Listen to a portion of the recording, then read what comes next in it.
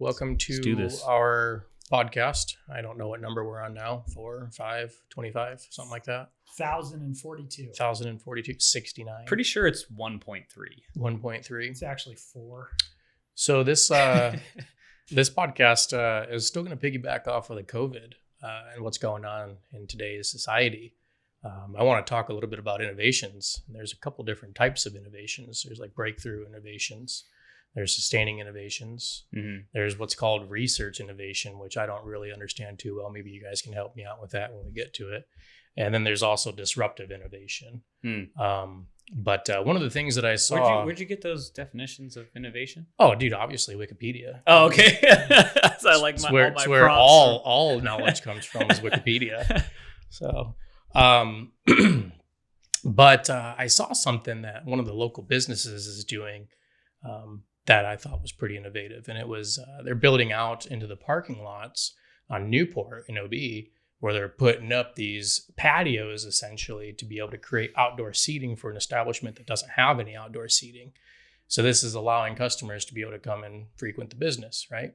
Awesome idea. I think that San Diego should have done this years ago before COVID. Yeah. But unfortunately, I watched a truck drive into one of those patios, and this creates one of several problems with this that Did the you city see it obviously- happen? Yes, saw it happen. Really? I was on my You gotta skateboard give cruising us down. details. Like, how did this, Yeah. What Like, kind of what's the- truck? Okay, And the So- road's not closed? the road is not closed. So you know how parking lots come in at a slant in some streets? Some do. Some Like in OB on Newport. Yeah, so it's at a slant. So you pull straight in and then you back out type of thing and then you drive away. So they've created these types of patios where restaurant upon restaurant upon restaurant now can branch out into those parking lots with some CDX decking and have some seating, or some AstroTurf and have some seating, but they barricade around.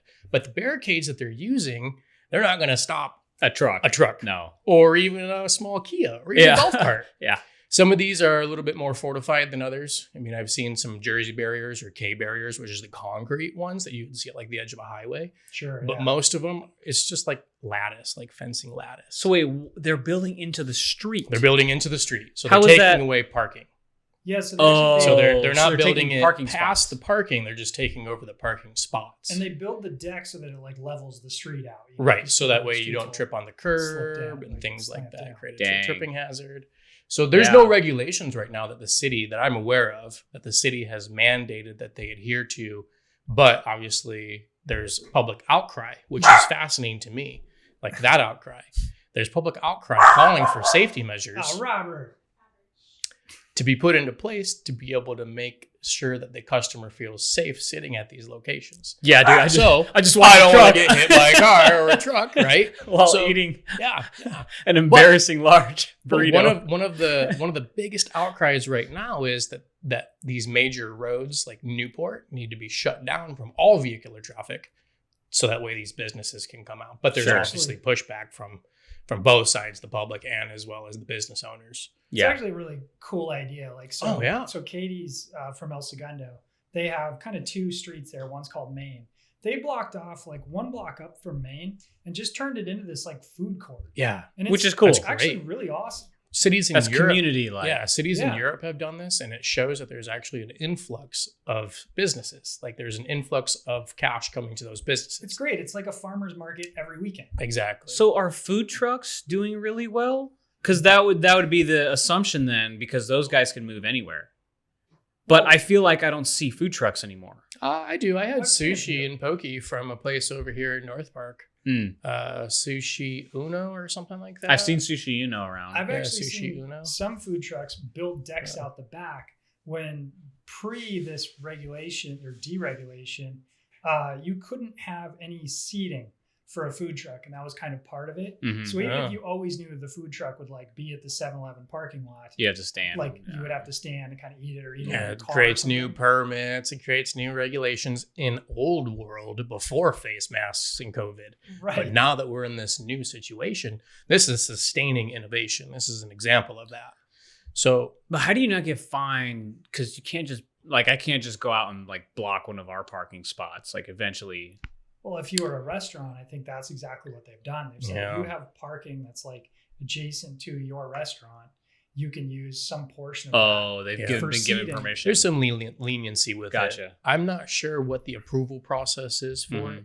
And I think that's why we're starting to see that these patios are level with the sidewalk as opposed to leaving it bare and having the curb right there to be able to trip over. Yeah, that's 'Cause- just increasing yeah. the liability. And Yeah. also, it's hard to eat if your table is like slanty. Right.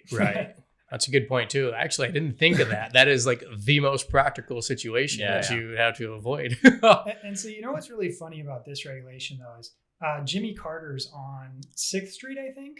One of my favorite Mexican places. They do an awesome breakfast. They have There's a Mexican restaurant named Jimmy Carter's. yeah, Yeah, I it's- didn't know and it's- this. And it's actually not named after, was Jimmy Carter a president? It's not actually named after Yes. Jimmy Carter, the president. Yeah, It's named, the guy who owns its name is Jimmy Carter. And so he has this little restaurant. But so when I was working at Bankers Hill Club, I was talking with him about doing some catering there. And he had been working for years to get permits so that he could put outdoor seating on the sidewalk outside of his shop. Mhm. And literally, it was last year that he got that finally cleared, and he was so happy and proud to be able to start popping this up and just like boom, like Overnight, all of San Diego can Everyone- piggyback off of that idea. Yeah, Yeah, yeah. even They're though like, he's- oh, Yeah. sweet, let's do it. Yeah. Yeah. Meanwhile, he's been fighting with the city for like 2 years, That's so But- messed and he had up. to pay some crazy amount of permits. I'm and sure, stuff. sure. One of the things though that I'm seeing along with this, there's a building of it though. They're branching out into the businesses that are closed on Sundays. So for example, there's a bar that I'm familiar with, Kilowatt. They have their front spots with their parking right there that they've taken over, but they've now also branched across to the business next door where it's a tire exchange shop, just a mechanic store or whatever, mechanic shop. They've taken over that parking lot when that mechanic shop is not open. Yeah. So they've got an approval and they've got a relationship with that next door business, that partnership to allow them to continue to, branch out. I mean, that's the type of stuff we want to be seeing is more community integration to Of course. support each other. Like that's the type of stuff that businesses should be doing regardless. And And you, unfortunately, you see a lot of territorial Yeah. stuff when it comes to parking lots. I Like was people gonna just say. gate it off and say no one can use it if Yep. it's not for me. It's just Oh man, that's there's- so frustrating. territorial. This is a little bit of a tangent. Down Mhm. on Sunset Cliffs, there's a gas station which will remain nameless who used to call the cops and call the permitting agency on a little acai breakfast type joint. I think you should call the gas station out, put them on blast. I don't know the name of it actually. But they would basically get this small mom and pop business in trouble for all these permits and regulation abuses or lack of adherence to. They built a deck before COVID. They built a deck, couldn't have the deck, had to remove the deck. They had outdoor seating with some picnic tables, couldn't have fixed seating, so they had to remove the seating. So now this nice little, wannabe business is being forced to shut down because this gas station attendant, this gas station Mhm. owner Mhm. is calling the permitting people on this Yeah. small person. And I mean, it's unfortunate. There should be a little bit of a communal type of a growth to it. This guy thought that he was losing business to the new business that was coming up. He Yeah. thought he was losing that soda that was being sold or whatever have you, I mean, come on, it just man. makes more like necessary. It makes it more necessary to have people learn how to communicate to one another and to talk that stuff out. Cohabitation too. There's plenty of business on Sunset Cliffs. That place is slammed all the time. Yeah. Oh yeah. But another example of this collaboration that you're talking about is the bars that didn't have food. Just as soon as, it was like, hey, you guys have to shut down unless you offer food. Mhm. Just reach out for food trucks. And they're just like, we have a partnership with this food truck. If you Mhm. buy a beer, it comes with something from Yeah. there. A lot of people Yeah. did that before, but yeah, now they Yeah. kind of have to. Now we're seeing too, there's businesses that will partner, like you said. There's specifically ordering from this particular restaurant that doesn't serve alcohol to have it brought in to this bar that doesn't serve food. So they're helping each other out. Yeah, So- exactly. That's pretty Yeah. neat. I mean, There's it's a lot of another- that I see. It's another example of people just being creative and how they're going to navigate this thing Yeah. and trying to figure out workarounds. Realistically, it generates income as well. I think we would see, hopefully, kind of opening up regulations on the government end, Yeah. right? And re-looking at old rules and permitting issues. Cutting down some of the red tape. Yeah, some red tape, because oftentimes those things are just used as money grabs and then they just stick around Yeah. because you don't want to go back on your money grab. California is notorious for this. Yeah. And a lot of I mean, these, they did that with the dispensaries. There was over like 250 dispensaries at one point in San Diego. And then they reduced it. Yeah. 250? Over 250. How many of these were out of people's houses?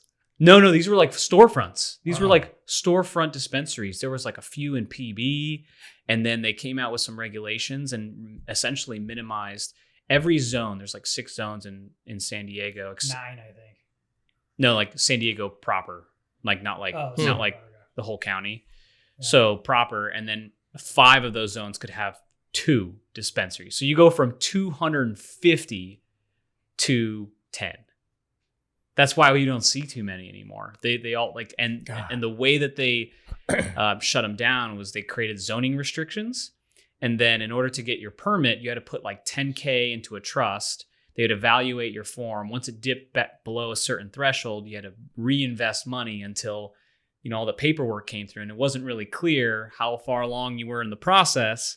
So it was just a money sink. Well, and then you were charged by the amount of time that they spent working on your project, which you had no control. That's over. why your trust would go down, and then you have to refill it to a threshold. It's the same with construction. I mean, it's the exact same process with construction. You have to put your money into a trust with the county, the city, and they hold on to it until your permitting goes through. But again, you have to consider how long you're going to be on the project for, what the project's duration is for all activities, not just like the activity of construction, what the activity is for concrete, what the activity is for structural steel. Yeah. I mean, it's fucking ridiculous. Well, and the interesting thing about these permits, though, is you started this whole conversation about really the reason these permits are in place.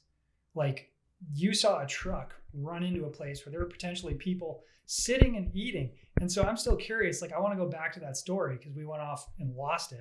But we went so we're on Newport, you're skateboarding down the street. I'm cruising up Newport coming back from the ocean. Basically Newport turns into Abbott at this little 90-degree bend, and Abbott turns up to Newport heading east, going back inland. Sure. And I'm coming up that way. So facing traffic coming down Newport from the entry, I guess you could say, into the neighborhood. And must have been a drunk driver or something. I mean, this was kind of during the day. This is like 3 o'clock. Because he would have just hit a car. This is like 3 o'clock. There's plenty of traffic. He could have hit a car, but the person that was coming head on towards him clearly saw this dude was losing it. So the dude swerved and drove right into the left-hand side. So crossing over oncoming traffic, drove into a patio. So these makeshift patios. So he violated already some rules of the road. Fuck, dude, he's heading east inland. Traffic is heading west and towards he the goes ocean. into the lane. He crosses over traffic and then runs into Lattice. Were the people sitting in the seats? Yes, people were sitting there. There were people sitting there. Traffic does not move that fast though on this street. People were able to see the truck coming and get out of the way. There was no injuries. There was no issues other than the fact that this truck drove into Lattice, ruined some wood. Did he take out a table or did he just I don't know if he took out any tables. He certainly pushed tables. Something was wrong with it. So he certainly pushed tables. The fencing got in far enough to be able to knock at least 2 tables that are probably, 6 foot distance minimum. This is like the perfect example of why we have permitting and why in general we're not okay with just go ahead and just build out into the street. Yeah, but it sounds like this was a freak accident. No, dude would have hit something. To exactly your point. If you're going to build out into a street, there should be safety regulations. There needs to be some common sense laws and some rules, some permitting. I would say that needs to be taken into consideration. You mean the deregulation and what it does? Like, you just deregulate and you just let everybody, hey, just build out into this. No, there were restrictions on that in the first place. Well, wouldn't the restriction though be the yellow line in the middle of the road? Like, that's the barrier you're not supposed to cross. It's not so it's going to prevent people from committing an atrocity. It's there to prevent the atrocity from actually happening. Yeah. If the atrocity were to happen, there's an extra layer of defense. If someone's not adhering to the rules of the road, which he clearly wasn't. Right. He probably was intoxicated. I can't see any sober person swerving so sharply Yeah. into a seating area across the other side of traffic. Yeah. So it's important, though, you're right, to have permits for something like this. But to your point as well, there is an excessive amount of red tape that needs to be reevaluated. This doesn't have to be doesn't removed, necessarily just fall evaluate into it. this situation. But Mhm. yeah, so Yeah, I completely agree with that. I mean, you've got to look at all of that and why it is. But that's kind of an example of when you do something hastily, right? Like you just go, well, let's just do this. You know, there's going to be it's going to be a game of whack-a-mole where little things will pop up. And you're like, oh, no. You're going to have Don't a think certain that. percentage But, that is unfortunate and something bad's going to happen because of the innovation. But that's part of it. I mean, that is just part of things. So much has happened by shooting from the hip for COVID that it is crushing some of these smaller businesses too. Well, Take, for example, can't get your hair cut.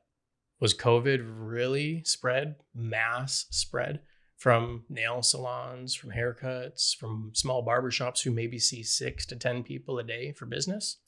I mean, the argument is that it's an aggregate, just people moving around, you know, and so I think it's kind of strange to try to isolate certain businesses and be like, hey, these guys can operate and these guys can't.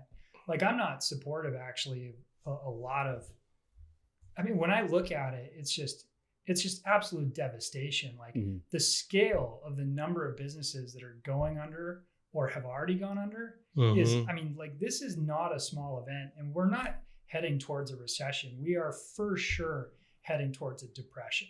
Like, there's no doubt in my mind. And the only reason the stocks and other things have been propped up is because we invented $3 trillion and flooded the market. $3 trillion, like, our annual GDP is what, $4 or $5 trillion? Like, that's annual total GDP. And just out of nowhere in a month, we come up with almost, 2/3 of our GDP. So could you say that creating this $3 trillion was sustainable innovation from the government? What's the playbook from 2008, right? It's like, in order to call it quantitative easing, right? You just like, I mean, you got to flood the market with cash, right? Otherwise, people are going to be just wrecked, right? So, like, it's probably the right thing to do for people's well-being. I don't know anything about the national debt. It doesn't seem to matter at all, as far as I can tell. So I'm not too concerned about it.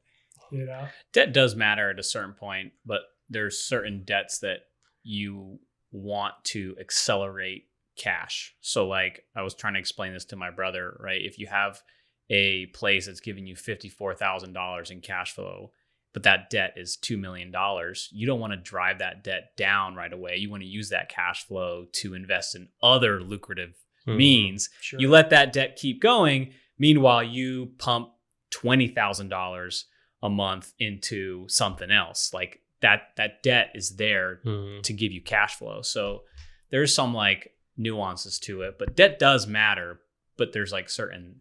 Well, there's types of debt though, right? Like business's debt sure. is like totally different from national government debt. Like, I don't know. It's like this mystery thing. It's like $22 trillion. Sure. It's like, I don't know, it's just made up shit. Yeah. It's so insane. So again, though, let's go back to innovations. Let's talk about some of the things that we're seeing positive wise coming out of COVID. Some of the industries that are being impacted very health-wise. People not coughing into their hands, sneezing into their hands. God, it's so gross. Health-wise, but look at Zoom. I never heard of Zoom before this. We were using it before. Oh, not us, man. We had or WebEx. Microsoft Teams and Skype. Those are the good ones that we are always using. Well, Teams is probably going to take over. We'll see. Yeah, we'll see. Still, though, we'll Zoom. see. I mean, what you said, Zoom's stock before COVID was probably like $50, something like that. Now it's like 270 That's or incredible. Something. Clorox, their stock was like in the low 100s, and now they're at like 250, 260. They got to make other stuff other than Clorox.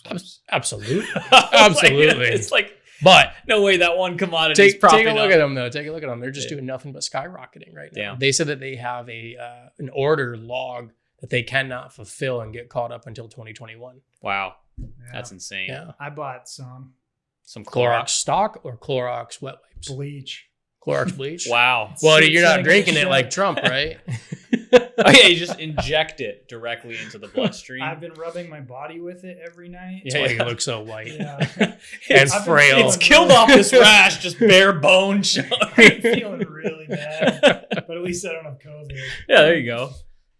I mean, there's some. I think in terms of innovation, one of the big ones that I'm wondering about is the tech industry, specifically up in Silicon Valley, which is so tech heavy. Like that, most of that economy is just so driven by tech, right?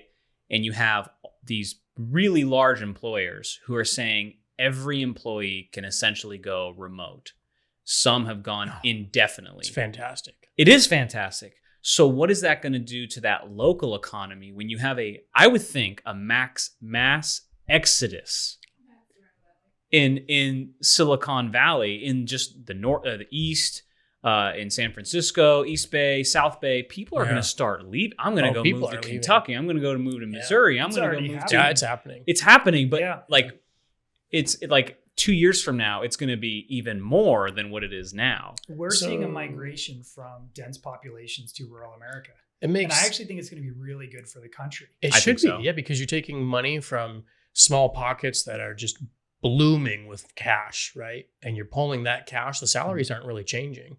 They're going out. They're going to change. They are, but they aren't right now. They aren't right now. They are going out to Kentucky, to West Texas, to these Colorado, to these places that don't have that type of average salary. And a lot of these places we're seeing this kind of brain drain. There's like really big issue where kind of any, kid out of college who was really intelligent, they'd go to a major college and then they'd either stay in that city or they'd move to like New York, San Francisco, LA, whatever. They'd move these big tech centers. And so what you're actually seeing is they moved to those places because they had to, but now they're remote and they're going, crap, I can live in Colorado. Yeah. I can go live. And so you're seeing like people kind of migrate back out of the cities. And when you look at the voting divides that we've had, it's not like it's a rural versus, city divide. And so hopefully as more people kind of take advantage of the fact that there's better cost of living in other places, there's kind of a little more integration of like blue and red. And who knows? I mean, maybe there'll actually be some really good healing that'll take place from that. It's possible. I think that you're also going to have people who come from very different cultures. So if you take a bunch of people who are integrated in the culture of tech and you plop them into a small town in Oklahoma, like, are they going to make friends right away? Some will. Some won't. You know what I mean? Like, I wonder what the cities that really are growing are, though. I'm curious though what this is going to look like for real estate and for big businesses that want to cut back on their footprint because they no longer need to have that 100 office building. Yeah, I've got a theory on that. Industrial real estate is actually doing really well. Not necessarily office buildings like commercial real estate, but like industrial real estate, places that you need for warehousing, that you need for factories, that you need for dark kitchens, things like that. That stuff's actually, increasing in demand because as you move people out of their offices and they start working remotely, and we're living our lives by delivery now, all of those services, they need kind of industrial, space. So we're seeing a big boom there, but commercial real estate is hurting super bad. Residential real estate is still kind of propped up by these artificial, by these super low interest rates, right? Like, so I don't know if that's artificial. That's real. Those are low interest rates. Well, yeah, I mean, but it's an attempt to help, keep people buying houses and spending money. It's working. Yeah, and it's working, right? I mean, it's a great time to refi. But so I mean, that's a really interesting thing to come out of this thing too. So I think that one of the things is that companies are going to have to transition to more remote work. And one of the beliefs I have is even if, now let's say you're assuming you're in an industry where you can work remotely, right? If you're a grocery store clerk, you can't work remotely. But let's say you're in an industry where you can work remotely, whether or not we can come back into the offices 2-3 months from now, people are going to have more access to employers than they've ever had before. You're no longer limited to just applying for work in your city as much. You're going to start being able to apply for that small startup that's happening in Oklahoma. That small startup that's happening in Kentucky, because these 3 guys were like, hey, we're in Kentucky. Let's just start a startup here. Hey, we can hire somebody who's out in San Francisco and Utah.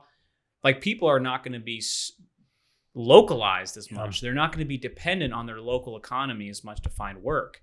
So employers are going to have to realize that your employees have access to 100% remote work.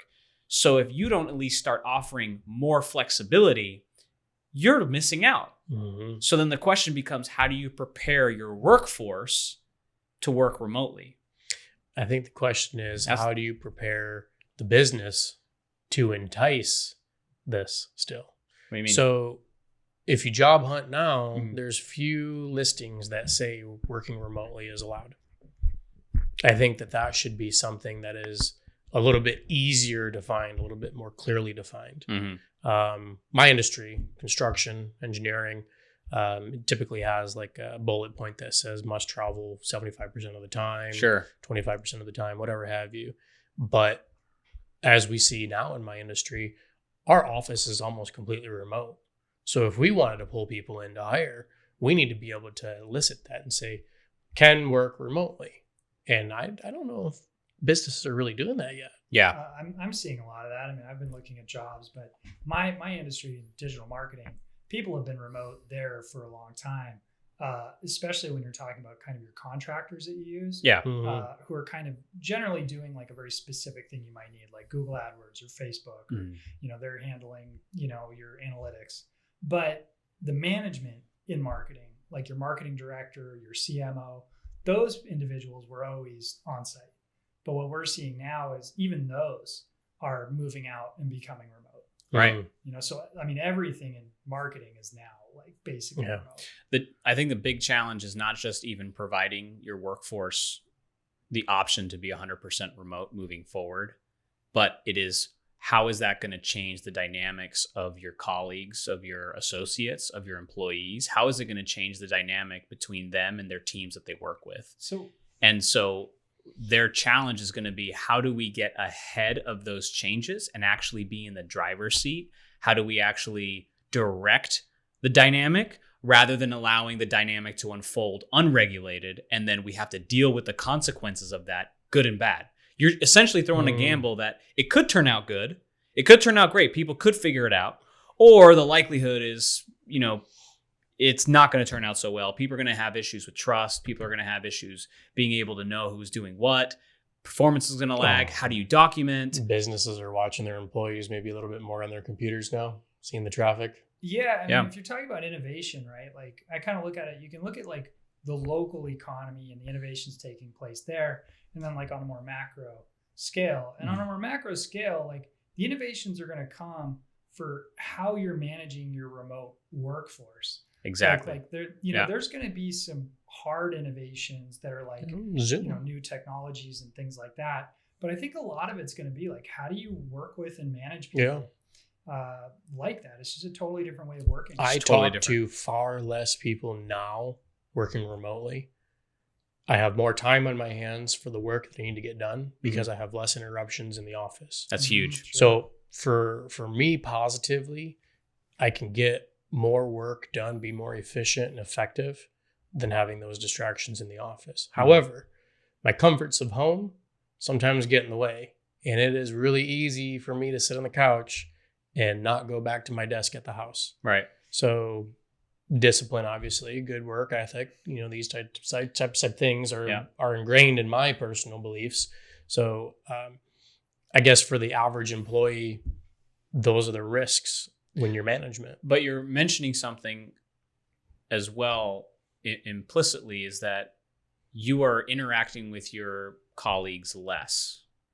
And we already have an issue of retaining millennial employees in most industries. A lot of millennials stick to a job for 2 years and then they go find another job somewhere else. My personal belief is you can't get anything significant done in 2 years. So job hopping, you're actually hurting yourself, in my view, in the long run, because you're not developing skills over time. You're going to hit a ceiling and it's going to be really hard for you to ever break that ceiling without getting into a position where you're in way over your head And now the consequences of that are going to be way worse. But aside from that point is, how are you going to retain my life right now? Yeah. Is that what we're talking about? Yeah. How are you going to retain You people? didn't job hop, you job leap and didn't hop again. I'm still falling. I don't know. Yeah, Yeah, you're falling. still plummeting. You're doing the Homer thing where you're just like bouncing down the cliff. No, but like, how are you going to retain people if they're not interacting with their people more and developing bonds and ties and organizational commitment and loyalty? How can you tell people this is a great place to work if you don't connect with the people? People leave. They don't leave bad jobs. They leave bad managers. Yeah, they leave bad people. That is why people leave. They don't leave because, oh, dude, my job's too easy. That's not why people leave. It may make you uncomfortable if you're looking for more achievement, but people leave because they hate their managers. They hate their coworkers. I think that I probably speak to my managers the same amount as I did before, but I definitely interact less with my peers, my colleagues. Mm-hmm. So that's just my personal experience through this. But it's fascinating to see how uncomfortable it makes businesses feel, how uncomfortable and unsettling it is to allow their employees to go work remote. You know, like we had meetings about this, and like you would hear these murmurs on the meeting. You're on a call afterwards, you know, talking to somebody like, oh yeah, there's not a lot getting done over at this office. Or there's not a lot getting done with this manager in this department. It's I don't know. It's strange. It was like this assumption that you can't. I've heard this before, where it's like you can't bother someone who's working remote because it's like there's like this implicit, well, they're kind of on vacation right now. Yeah, and you're like, that's a shitty vacation. Oh, like man. You're working. Yeah. I have to answer the phone. I have to make a schedule when I'm climbing up a mountain. Like, well, and I think it's also like I'm hanging out with my grandma. There's a lot of jobs that really like the quantifiable outcome isn't clear. You know, like what you produce in your individual role may not be crystal clear. And so when you're remote, like that becomes really important. Yeah. And it becomes a lot easier to be like, wait a second, what's that person doing?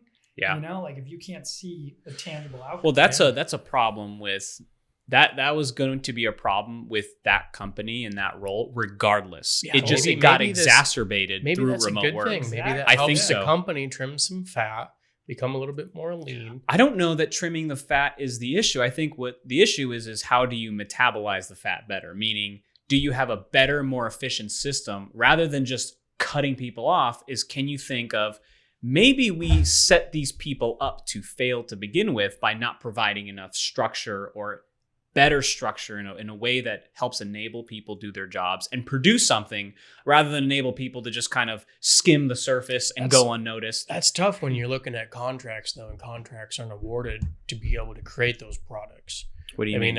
Go into detail, because you work in a totally different industry. Yeah, we have staff that support contract awarding. So I am one of those individuals who, our business development team gets a contract that's awarded. We have to now go in and engineer, design, procure, and construct all of the things for that project.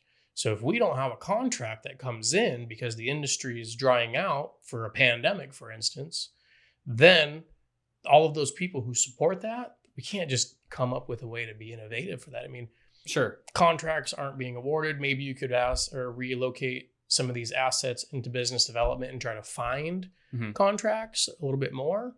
But how do you pump money into a resource like that? I think you're talking about different things. You're talking about, well, when the customers have stopped, then what? I think what Hollis was mentioning was, what about people who are able to skate by because you've created this bloated infrastructure? Yeah, exactly. Which is different, because it's like, how can you work in an ice cream shop if there's no customers, right? It's not the person's fault. You can become bloat when the workload dries up, you know, and then well, now how do you utilize this individual, I think right? With some of the individuals that have been released in our industry or my industry, it comes down to contract, and if there's margin in the contract to be able to sustain that particular model that keeps people afloat, that keeps a team together like that.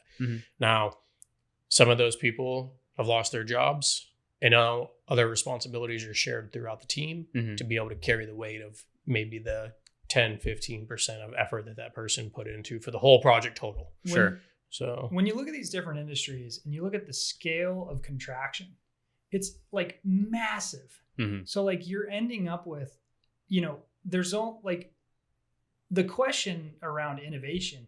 Like, I'm not sure if COVID is really helping innovation ultimately in any way. I think overall it's really hurting a lot of innovation more than it's helping. I don't know I think about it that. could be helping out. Yeah. I think it's a little bit early to see. I mean, look at medical advances that could possibly come from this. Understanding respiratory diseases. COVID is creating an opportunity to innovate. Whether or not you innovate is a whole different question. Well, so like I think that's a whole different question. Yeah, I think what's happening is a lot of the industries and like that were already disrupting things. Like I actually took some notes here, like artificial intelligence, right? This was already like creeping into our lives more and more. Yeah. Robotics, same situation. Automation, electric same vehicles, situation, right? Self-driving cars, same situation. Online learning, all of the things that we're kind of starting to get footholds, they've really just been accelerated by COVID. Sure. All of these kind of things that are kind of more distance and less social community have just been strengthened, and it's been clear, hey, that was the direction we were going, but now it's crystal clear, like that's freight training ahead. Yeah.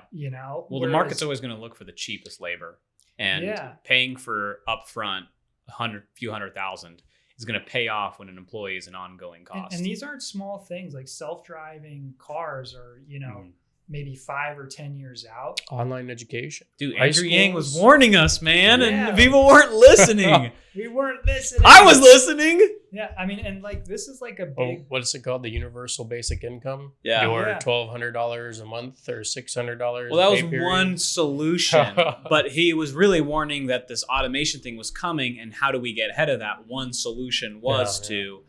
And what we're talking about here, the massive contraction in almost every industry. I have a list here that I'll share with you guys. Massive contraction in almost every industry, creating this like employment bloat, essentially, where people, they no longer have the contract work, or they no longer have the demand for their little widget role, right? Sure. So these people are either getting floated on PPP or they're getting, canned. And so then they're out on their butts without health insurance and no real place to go. And so that's where, like Yang's argument for UBI has really been strengthened in a lot of ways, because what innovation is going to replace that number of jobs? When I'm going to list off the type of industries that have just basically just had their legs ripped out from under them. Sure. And bear with me, because this is an extensive list, but it's true. So here are markets that have basically just been devastated. So event planning, travel, cruise ships, airlines, restaurants and bars, catering, weddings, corporate events, hotels, sports, furniture, films and theaters, dentists, clothing, amusement parks and casinos, automakers, oil and gas, gyms, construction, transportation. Like that's... Didn't hear construction. Construction's in there. It's in there. Okay. It was in there. And you guys, I wasn't listening. Luckily, you guys had a big contract that's kind of making things work, but like, you're going to have to scramble at some point. Yeah. So when you look at that and you go, okay, all of these are getting affected and all these are having their legs cut out. How is innovation going to replace 20 million jobs in the time that it needs to? It's not going to be there. Like, we're not that creative. We're not that bright. And that's why just flooding money out there is kind of like, okay, this is an emergency procedure. Let's just try to keep the things oiled, right? But like at a certain point, there's going to have to be a solution, because it's going to get real grim probably in the next 3 to 6 months. And I think I think it's going to be a little bit longer than that. Yeah. But I think it's going to be longer term than that. I think anybody the next president is going to inherit a fucking clusterfuck of an economy. Yeah. So I'm curious, before we move on, what are some of the industries that were impacted positively. Yeah, Do you have absolutely. That? So Tech, I did a little bit of research on that.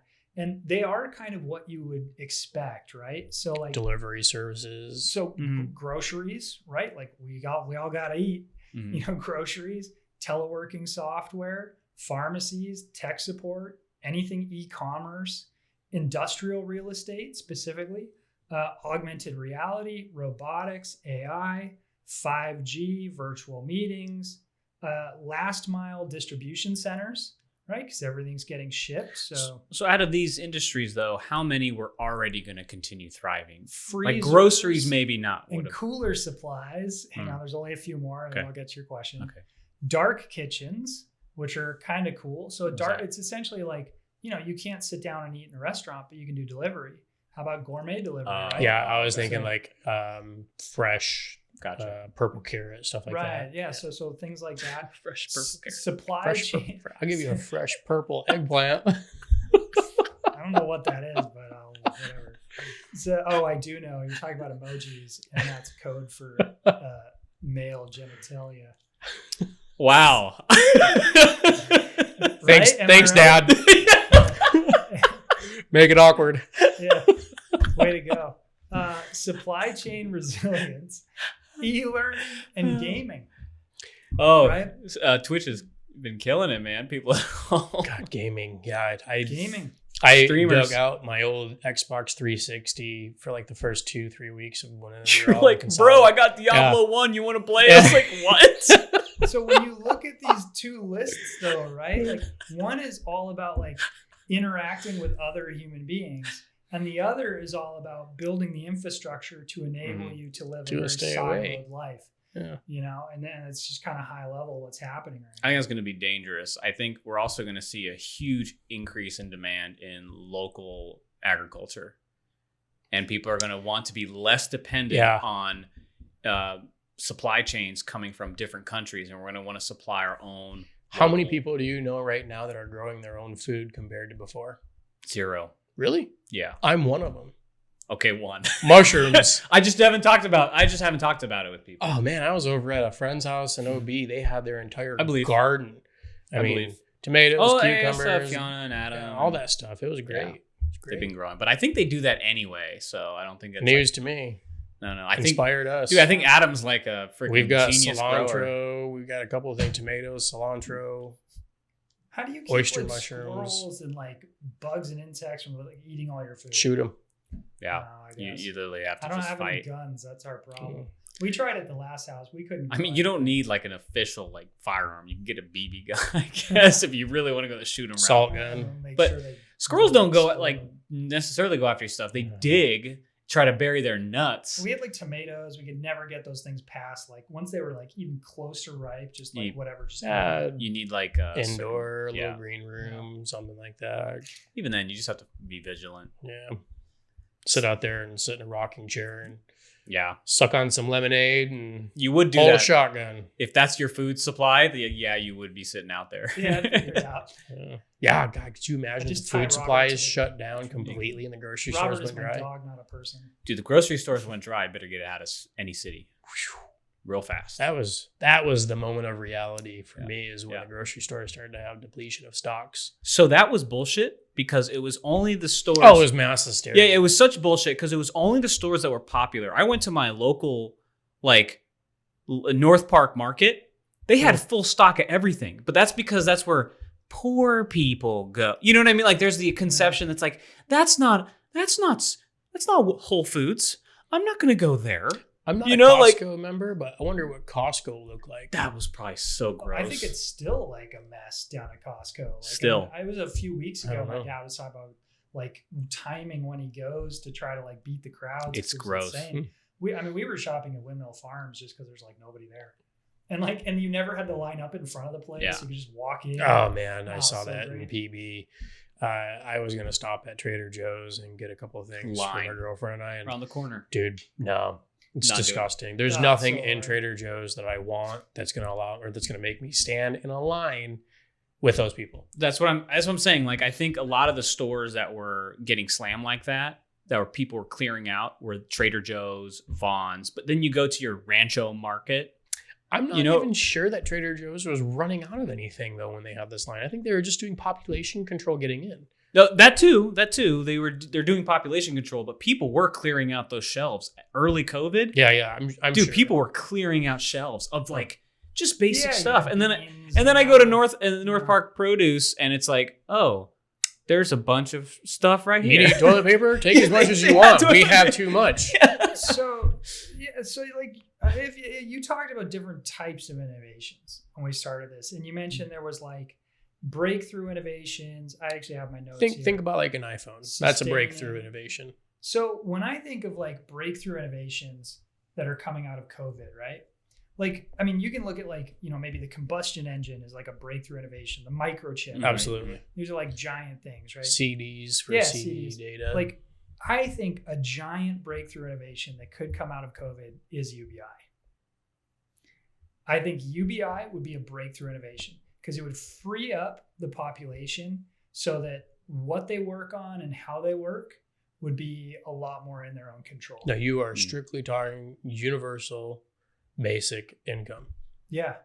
I think that could be a breakthrough innovation that could be accelerated by COVID and possibly come out of COVID. That would be just absolutely game changing for how we live our lives. I'm on the fence on it. I'd have to hear more because I do worry about like the obvious unintended consequences would be that people just use it to not work and contribute back to the economy. So let me ask you, if you were given, let's say $1,000 a month, I would reinvest it. Would you stop working? No. Would you quit your job? $1,000? Absolutely not. Same question. Would you absolutely not. But I've worked for this really hard. Like I've worked for a career. So you're the only one who works for a career? No, but some people don't. Like some people haven't sacrificed to make their way into the economy. That's actually like for that amount of money, no one's going to quit their job. They're going to invest it. They're going to do car repairs. They're going to get more, look after their kids, like have help, daycare. No one's going to quit their job over $1,000 a month. Sure. Yeah. So, I mean, so that's one of the arguments against it, right? Is like, oh, well, people are inherently... Well, yeah, $12,000 a year is like below the poverty line. Yeah, so like there's to me, though, taking that $12,000, you're just shifting a small portion of wealth from your creditors, your lenders, and putting it back into your pocket to get out of that thumb, that pressing down on you. That's all it is. Here's more of a likely scenario, not so much quitting your job, but rather than pursuing more lucrative things, you could become complacent working part-time rather than full-time or developing other skills. And so you're supplementing income so that you can free up time elsewhere. But then you can get caught in this like system of I've never developed any skills. I'm working a menial job. People do that anyway without $12,000. Mm-hmm. Sure. So you're potentially like there's going to be people in the middle who like I could get hungry enough someday, or you're delaying that because I had to get hungry myself. I had to get hungry. I had to starve a little bit to say this menial work is not good for me. Sure. And then that's why I wouldn't quit my jobs because I've worked really hard to have meaningful skills that contribute, but some people don't have those skills. I mean, they're 30, 34 still working bars, So $1,200 a month. $1,000 a month. $1,000 a month. Okay. $1,200 a year, right? Or $12,000 a year. Yeah. I mean, what about people who are, say, working part-time jobs in school, living off of student loans? And that's all they need is a paycheck to get them $600 a month. Yeah, that'd be great. I mean, but that's a person who's making sacrifices. Yeah, you're helping that person get their education. Yeah. Which in my mind is a good thing. I would want to hear. Yeah. I mean, don't get me wrong, I wouldn't be against it if it happened. Like sure. If that happened, I'd be like, cool, let's see what happens. I'm worth for just shooting for something and seeing what happens. I think we're going to run into the same type of stuff with the innovations of putting your patio out on the street where some shit's going to happen. Like it's just going to happen. That's how innovation works. You try to innovate something and then there's going to be a bunch of stuff that happens that is going to be unintended and people are going to be like, how did we not foresee this? Then you're going to have one group of people who'd be like, you should have prepared. And they're the asshats that slow everything down because you can't prepare for every freaking detail. It's called the future for a reason. You don't know what's going to happen. Yeah, I mean, absolutely. I mean, just like on the topic of innovation, I think that's like, as far as like a groundbreaking innovation, like I'm not up enough on like things like AI and things like that to know kind of where they are in the like life cycle and when we're going to start seeing those like really eat into our lives. But that's an interesting one that popped into my head of like, that could be a strange turn that would actually be a game changer, I think telemedicine is going to impact insurance. Yeah. I think that's going to be something they've already been going that direction, but now it's accelerated, needed.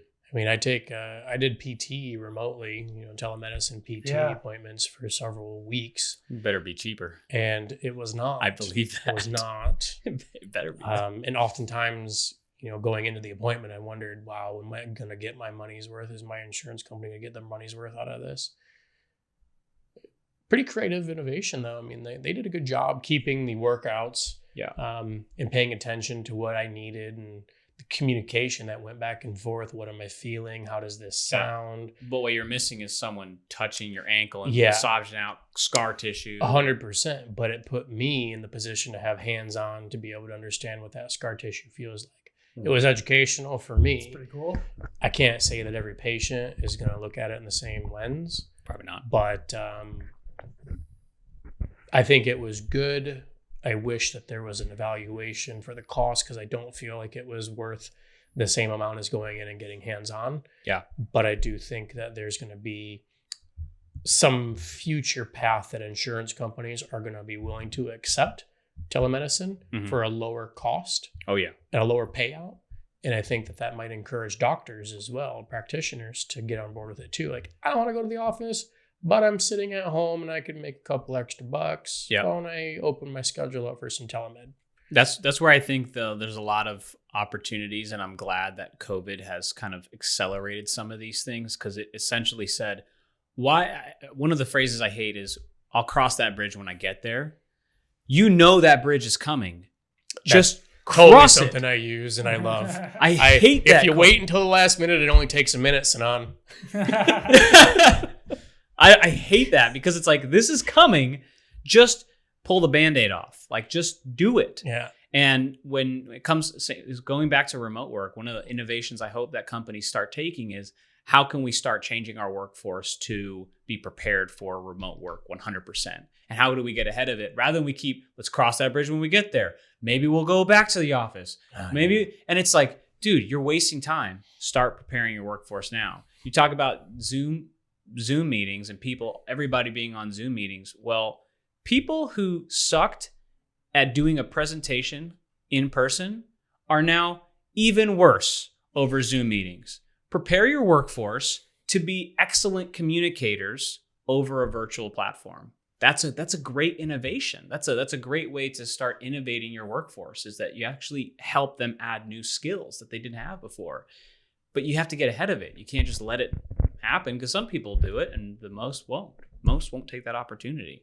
Yeah, I mean, I'm wondering, in your company, are you hearing, like, is there anyone on the other side of that who's like, well, maybe we'll go back, like, are you going into an office now? No. Yeah. We have that. Those dialogues are going on. Yeah. Those conversations for sure. I think it's more of a debate back and forth. But I think most people recognize that we're never going back to the way it was. We have three camps. You can't. We have the camp of, we want everybody back in the office. We have the camp where it's too soon, we're going to get everybody sick. And then we have the camp where it's just like, whatever, I'm in that camp. You want me to stay working from home? Cool. You want me to come into the office? Cool. I want to know if it's going to be safe. I'll probably believe you if you tell me. Yeah. I know what I'm going to do to stay safe. But it's funny to see those two extremes of those camps. The one that wants everybody to come back to the office, and then the one that wants people to stay away. Dude, Duncan Trussell had this amazing just rant on, I cannot replicate it, but he essentially was saying that the people who need you in your office are like megalomaniacs, and it was just hilarious. Like, he wanted people to smell their pheromones. It's like, I need you to smell my pheromones and be in the office so you can hear how dominant I am. It was hilarious. But I think that is on some part of it is that people have so much ego tied to this that they want to see your eyeballs in the office working. And I think what's going to happen to people like that is that you're going to have a workforce who resents you because they're going to know that this was possible remotely. Mm-hmm. And now they're arbitrarily back in the office because of your will. And you're going to have people who are going to accept, but you're going to have a lot of people who are going to resent you for it. And that's something that unless you can get ahead of and manage and communicate with your people, you don't want a population feeling resentful of you as a CEO, as a CFO, as a leader, as a manager. You don't want your people being resentful. You don't want your wife being resentful. You don't want your family to be resentful. Don't create those opportunities unnecessarily. Right.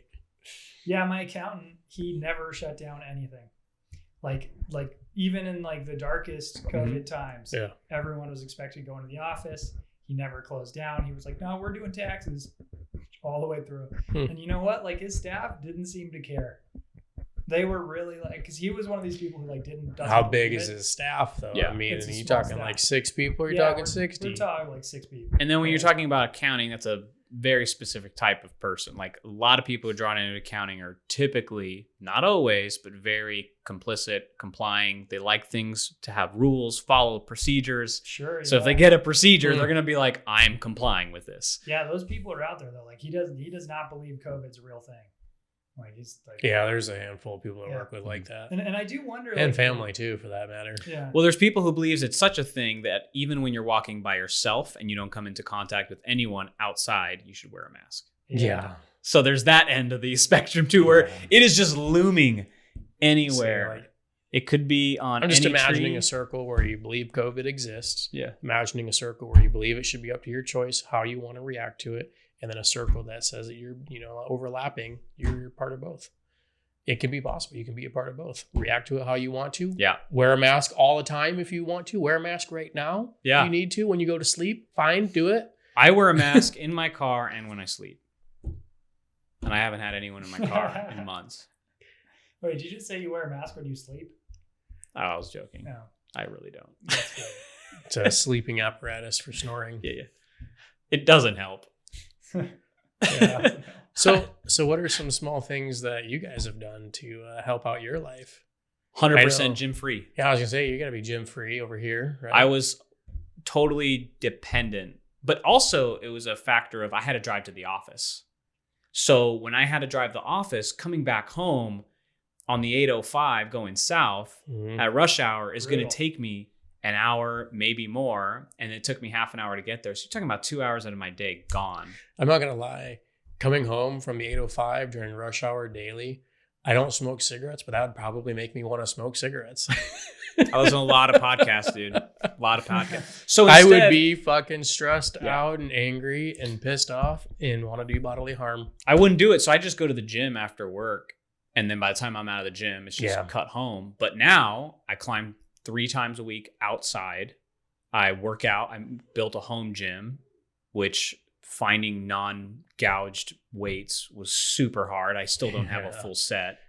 I finally found used weights for $1 a pound. It's disgusting. I found this old offer up for, it was 2 pairs of 45s. So that's 180 pounds, 2 25s, a 7-foot Olympic barbell, $100. A year ago. Oh my God. A year ago. And now that shit's like $650. Yeah, for used weights. Yeah. It's like, How many pounds total? Because I'm seeing things go for $2 to $4 a pound. Yeah. So it was 180. It was 230 pounds. So 230 pounds. Yeah. So that's $460 bare price. Used weights, $2 a pound. That's disgusting. It's so gross. People are price gouging. I got lucky when this first hit. I had 2 kettlebells that I didn't need. And I wanted to get some dumbbells. So I basically traded up, sold my kettlebells at a gouged price, but bought dumbbells at a gouged price. I wanted the dumbbells. I didn't need the kettlebells. But yeah, it's great not being gym dependent because I can hit a workout during my work time. Yep.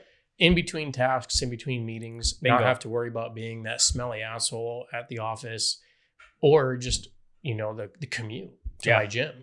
I paid for 2 memberships. I paid for a membership with 24-Hour Fitness in Santee and then Mesa Rim. A bunch of those locations have closed in San Diego. Unfortunately, And unfortunately, I'm contributing to that. But point is, I'm saving 2 gym memberships right now, not doing that, not going to those places. And I also have that time on my hands to practice the things that I need to practice or to educate myself or to stay fit. I have more time on my hands. It's lovely. It's so awesome. It's really awesome. What about you? I mean, Hollis over here quit his job and started to do some more with his own personal entrepreneurship. With one of his hands. Yeah. With one. Robert, close your eyes. Yeah, it's been interesting. Like as far as like personal innovation, I think for me it did what COVID has done for a lot of industries. It changed the environment enough that the industry then has to react. Mm-hmm. So for me, it was like, the wage got cut back at my job and this and that. And I was like, I kind of have to respond to this and either make a big shift or just like sit in something that doesn't make sense anymore. So basically I made the big shift. And so for me, I think the big innovation was stepping away from something that wasn't really fulfilling for me in the first place. Mm. And like now having the opportunity to look for that next thing that really does feel good and hopefully something that I can build breakthrough for you, build with for a long time. Yeah. So this podcast in itself was our social Thorns did not exist before COVID. So we have now maybe not done a game-changing innovation to podcasting, but we're rewriting podcasts. Fuck, we are trying. Yeah. I think the other one, and it's not so much an innovation, but more of like a validation, is that the system that I have built for myself I pretty much evaluate my goals and my values regularly. Like I would say probably as any healthy person should. Right. So I'd probably do that at least 2, 3, even sometimes 4 times a year. So I'll sit down and I'll just write it out, like what's most important to me. Mm-hmm. And so when COVID hit, I had a packed schedule like this. I had been building 3 years of career momentum in my career. So this was a 3rd year where at the end of this year, I was going to accomplish like 3 different things at my profession. Like all this work was culminating into this precipice of this beautiful point. It was all going to end this last month in July. So from March to July, I had travel plans. I was pretty much packed schedule. Like people were like, hey, you want to do this weekend? I'm like, sorry, I'm booked till August. Like that was amazing. Like I was thriving, and then it went to nothing. And it took me to reevaluate, how do I continue being passionate about my career and change my goals and recognize that those goals I had before have to move to the side and I have to create some new things. Yeah. So going back to that same system of what are my values? What are my goals? What's important to me? Validated, because I was able to bounce back. There was a good like month in March where I was like just playing video games too much, doing stupid shit, not doing anything enough with my life. And then all of a sudden it's like, okay, I'm back. Yeah, I need to get back to my roots. First 2 weeks was nothing but video games, but I was also still recovering from a broken leg. But now that I have more strength, more physical ability, I mean, I still reflect on like that type of mentality where I had all these things going for me up until I broke my leg, and that regression, and then having to climb out of that. And that's how the world has felt with COVID. Yeah. But I felt that several months earlier in January with the injury. Yeah. So when we started to hit COVID, and I was able to start having those, slow integrations into being able to play some activities, do some activities and put some strength back into my leg, I felt like everybody got put on pause and I was able to start catching back up to that. Yeah, there you go. And for me, it was fucking awesome. Because like, I remember there were some trips that were coming up that I couldn't take part of. COVID hit, shut down those trips. I'm like, misery loves company. Yeah. Sucks for you guys. Yeah. Awesome for me. I was there when he broke his leg and he was around the corner and I just hear, oh. So we're like, Scott, oh my God, what happened? And he's like, take a picture. He's like, yep. oh, where's my phone? Take a picture. Is my phone okay? 2 things. 1, did not cry when I broke my leg. No, you did not. 2, fucking smiled all the way to the hospital. You were kind of hour laughing. and 15 minutes. You were screaming. Hour 30 minutes, hour 15 minutes, something like that. You were screaming like the first Oh, it fucking sucked. like few minutes. And then once everyone gathered and you're like, okay, can someone grab my phone and take a picture, please? Like that's when you were like, okay, this really hurts. Ow, ow, ow, ow. Yeah. So, and then that guy wrapped up your. So Hollis, my foot was like, it was dislocated off of the bone, off the leg coming off, and it was like my ankle was popped out, like my foot bone. So your foot was like completely sideways. Like I popped it out. Like, Jesus. Sorry for any listeners who can't handle these types of queasy topics, but it was pretty cool. We got to the hospital and the nurse, I don't know who he was, probably a nurse practitioner, was like, yeah, can I cut your pants off? And I was like, no, man, these are great climbing pants. They're stretchy, dude. So he was like, are you serious? It's like, yeah, dude, these pants. They're stretchy climbing pants.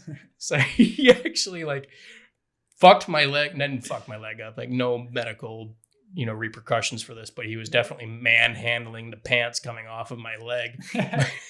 He was probably like, you asshole, just let me freaking cut the pants. But like, no, I would do the same thing. Yeah. But I mean, I wore those pants a couple of days ago doing a workout, and I still love them, man. They're great. Still love them. Yeah. Yeah, I lost a pair of shoes when I broke my neck. They just took them off me, and I was like, wait, I like those shoes. Yeah, dude. And I never saw them again. They're just gone. Life. Where did they go? So I got a buddy who had a similar injury that I had. He fell in a canyon as we were canyoneering. He broke his leg. He had to get medevaced out. He lost his shoes. I got him. And then somehow, magically, another pair of shoes popped up. The same exact shoes. So I gave him back his pair of shoes. And the first responders, I don't know how it happened. The first responders must have had them in their rig or something. And like same exact shoes, the exact same pair of 510s. So crazy fucking story. So I gave him back his. I kept those other ones. And I was like, dude, I'm going to throw these in the consignment shop. There's a local climbing consignment shop. Ended up getting a new coat out of it. Tossed him some beers. Dude. Awesome, dude. So your buddy's misery was your gain. Is that how you tell the story? It was James. Yeah, I know. Is that how you tell the story to him? Sometimes things just have a way of working out. Yeah. Hey, for me, but not for James. Thanks for breaking your leg, buddy. Yeah. Sorry if you're listening to this. I think other innovations have definitely been, maybe not so much an innovation, but just hobbies, is going outside more and exploring more of San Diego, because traffic has died down. I'm like, well, shoot, I'm just going to go start walking around and exploring places. And I found some amazing spots that I think most people don't even know about in San Diego. And they've lived here their whole lives. It's a bit of a discovery. There's a new cultural awakening to it. There's a lot of people who didn't do those types of activities who are now starting to get out because that's all they can do. Yeah, I wouldn't call it an innovation, but it's cultural shift. But seeing the park down the street from our house just full of people picnicking, sitting on blankets, spreading COVID great. Left and right. I mean, it's like, wow, like why didn't we use this before? Well, probably really because it was occupied by transient. That's another. Yeah, I wonder what they're gonna do. Like, what are the homeless people like? That must have been so rough for them to the start, where all of a sudden you lost all the people coming out on the road and providing change and just supplying people with stuff. Yeah. Well, maybe they had to lean on those government resources that they didn't want to go lean on. Dang. I have no idea, but what I do know is that it looks like, what's that famous painting of like all the people hanging out in the park? Where's that? Katie, Chicano? George Seurat. Yeah, the George Seurat painting. That's what our park looks like. It's beautiful. No idea what that is. Well, whatever. I'll show a picture of it on the video. I'm not a enlightened, aristocratic art connoisseur like you. Katie knows these things. I just know of it. So I'm all about giving people more access to the outdoors. My concern is that you have a flood of people who normally did not appreciate the outdoors, and now they're going outside and trashing it. Yeah. We were at Fiesta Island. Oh my God. I've never seen that much garbage there. And it was just people doing donuts, like just with other people around. So the dust is just hitting them. It was a Thursday or a Tuesday. It was a Tuesday. It was a Tuesday night, and it was insane. I've never seen it like Jameson that. bottles, and then the trash can 20 feet away. I go, that was gross. So anytime that was bad. I don't know if it was a population that was the abundance of people that are congregating there, or maybe it's a culmination of a lack of park resources because people are still furloughed and the resources in the government are depleted a little bit. I mean, enforcement's just not happening during COVID like it was before. Yeah. So it's a combination of both. It's people sure. who are ignorant, who don't respect the outdoors and follow the rules, as well as city services not being able to keep up. Yeah, we saw glass bottles down there and everything. But you know what it makes me think of is the beaches before the alcohol ban. Like right before the alcohol ban, the beaches during the summer were like spring break, crazy kegs. Yeah, well, now insane. There used to be the float at Mission Bay that they canceled because of all the just trash that people would throw. There was a big float in Mission Bay. Yeah, there used to be an annual, like I was supposed to go to the last one and I just never went. And then they shut it all down. So when I see like what's happening with Fiesta now, I'm like, this is getting out of hand. Yeah. And like I don't know if Fiesta will have like as high of a profile as like the beaches, right? So right. The same people who are like I live right here, those people have enough resources to be like, screw this, like we're putting a stop to it. I don't know if that's going to happen with Fiesta. It's like cigarette butts too. Like that's so gross. They just have butts everywhere. Yeah. But the park down the street from our house, people are using it. They're being responsible. It's beautiful. It's great. So I would hope. It's nice. Well, I guess this isn't an innovation, but again, is a change in my life. Was buying a home, more of a condo during this time, and just recognizing seeking opportunity. That's what that was. It was an opportunistic time for you to purchase. And you sought it. I've been preparing for it. It wasn't like I was like, let me pull out of the coffers and see what I can buy. No, 2 years ago, I was like, I think there's going to be a recession of some kind in 2 to 5 years. We talked about this. Yeah. I didn't know when it was going to come. We didn't know if it was going to happen. And then this hit and I was like, shoot, this was the moment I was waiting for. It didn't turn out the way I wanted to. I'm not ready. I thought I needed to save more money. Yeah. I got to just pull the trigger. And I think just doing that has been amazing. Yeah. It has been amazing to be. It's good not having buyer's remorse, especially on something so large. No, I haven't had any of it. And I think another thing that I'm hoping that as, we come out of COVID or as we get into COVID is people start thinking about home ownership, because it really has it changed. I've never had a kid. I've heard that once you have a kid, your priorities change. Buying a house is never had a kid that you know of. Yeah. Okay. Right. And your priorities change. And with home ownership, it's like I'm invested in San Diego thriving. I'm invested in my neighborhood thriving. If I see trash on my block, I'm picking it up. Like, whereas before I was like, God, people suck, and just keep walking. I never understood that old guy who like takes perfect care of his lawn until we bought this place.